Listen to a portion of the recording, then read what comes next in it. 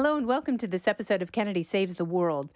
So, this weekend for the Daily Mail, I wrote my list of plane rules since so many people are flying this August and air travel has completely ramped back up.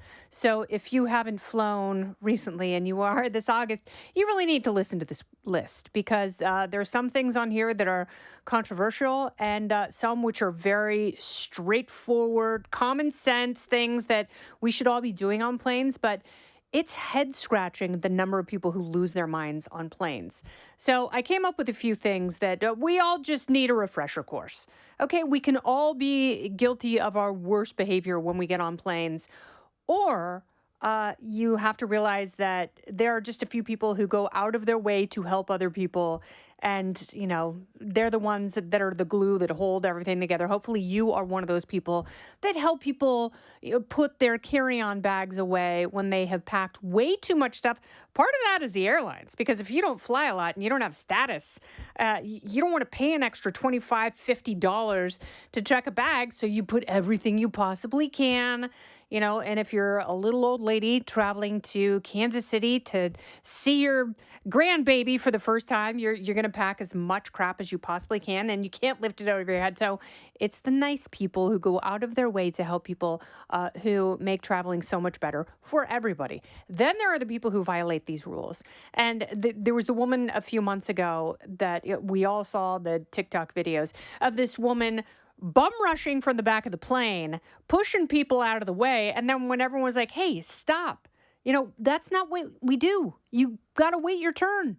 If you're in the back of the plane, sure, it sucks, but you still have to wait for the people in front of you to get off the plane first. Then you can get off. It's like getting on a ride at Disneyland. Unless you're injured or you paid an extra $15,000 to get a special escort onto every single ride, you have to wait your turn. And yes, I know it can be interminable because people take forever to get out of their seats and get their stuff, and they have to adjust things and put their belt away and put their AirPods back in their backpack and zip all the pockets, and it takes forever. Yes, it's frustrating, but we all have to go through that frustration.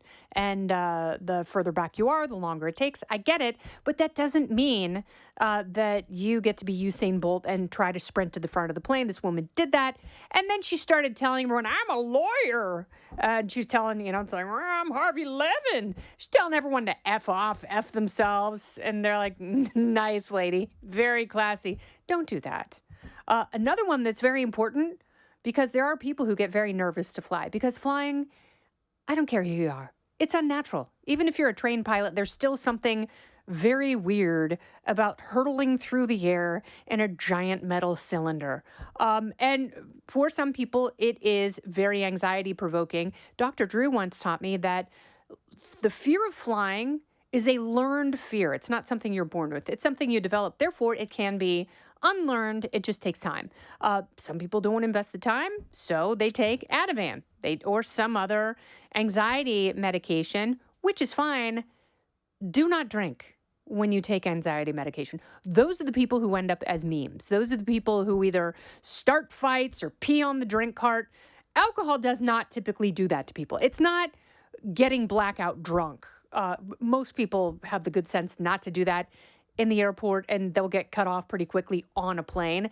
It's people who are throwing down a couple of mommy's little helpers with Bloody Marys. Those are the ones who have the problem. Don't do it. Pick one or the other, or better yet, download a meditation app and listen to that on the plane. One of my very biggest issues, and this is, I have flown with my daughter since they were tiny babies. My oldest daughter, her first flight, she was 7 weeks old. We went to the pediatrician, our ears were clear. I don't need a mommy lecture.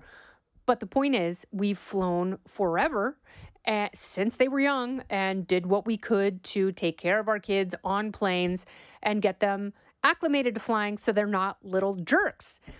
I have a huge problem with this idea of gentle parenting. Gentle parenting has no place on an airplane. When a child is kicking the seat in front of them and the parents don't intervene, it drives me crazy because airplane seats are designed to be very, very light. So they don't add too much weight and disturb the balance of the plane.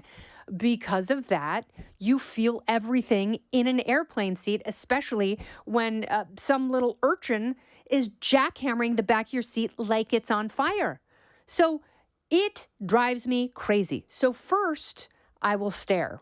And if that doesn't work, I will say something. I first address the child? Can you please stop kicking my seat? If that doesn't work, I look at the parents. I'm like, hey, can you please tell your child to stop kicking my seat? And the parents who don't do anything because they're loading their fat faces with airport snacks and, it's like they're watching their iPad. Those are the people who drive me crazy. And then they gentle parent their kids like, hey, buddy, can we use our soft feet? No. How about no feet? How about we're going to lop your feet off and we'll give them to you in a plastic bag filled with ice. You can have them reattached when you land. You've lost your feet privileges. You are now footless, not footloose. We're not dancing on this plane. So if someone looks back and your child is doing something, intervene. Don't be a gentle parent. Be an authoritarian. Give your child boundaries on an airplane. It is the best thing you can do, not only for your child, so they actually learn a little bit of discipline, but also for the rest of the people on the plane. Don't go anywhere. More Kennedy Saves the World right after this.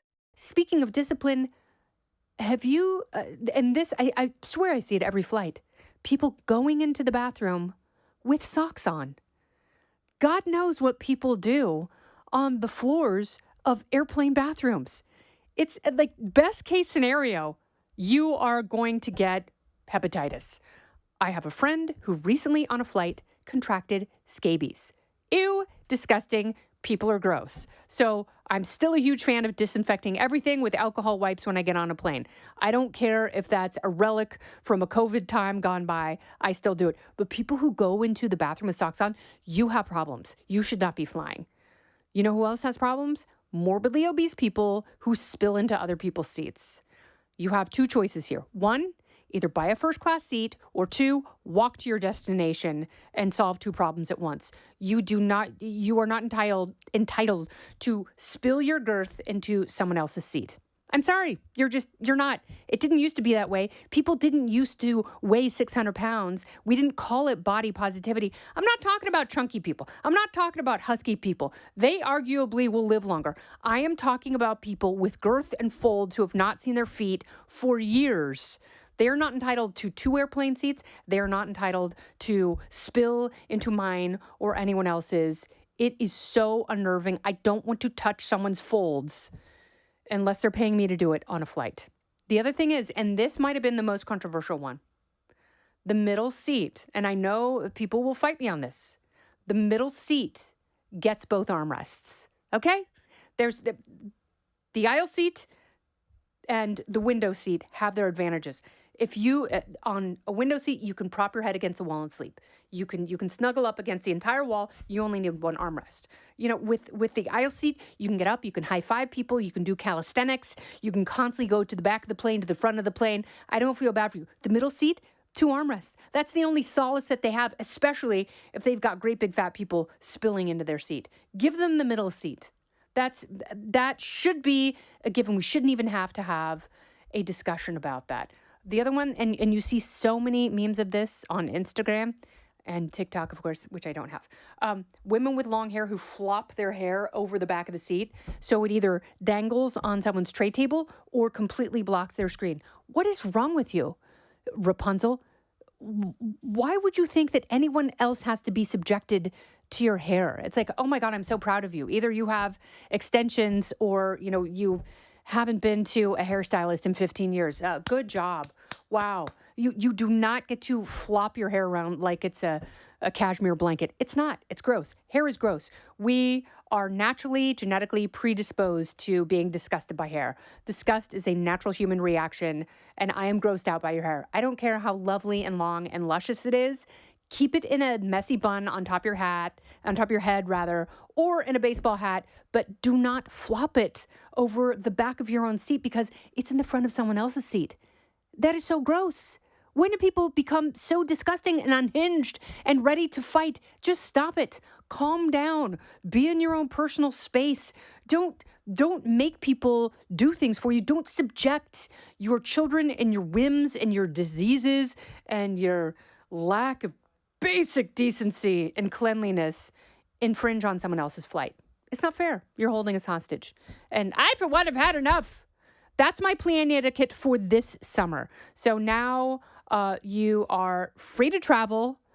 Go be sexy and amazing. You can be a nice person and change out seats if someone asks you to. But also, you are not entitled to do that either.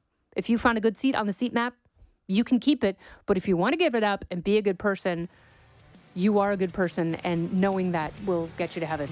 This has been Kennedy Saves the World. I'm Kennedy.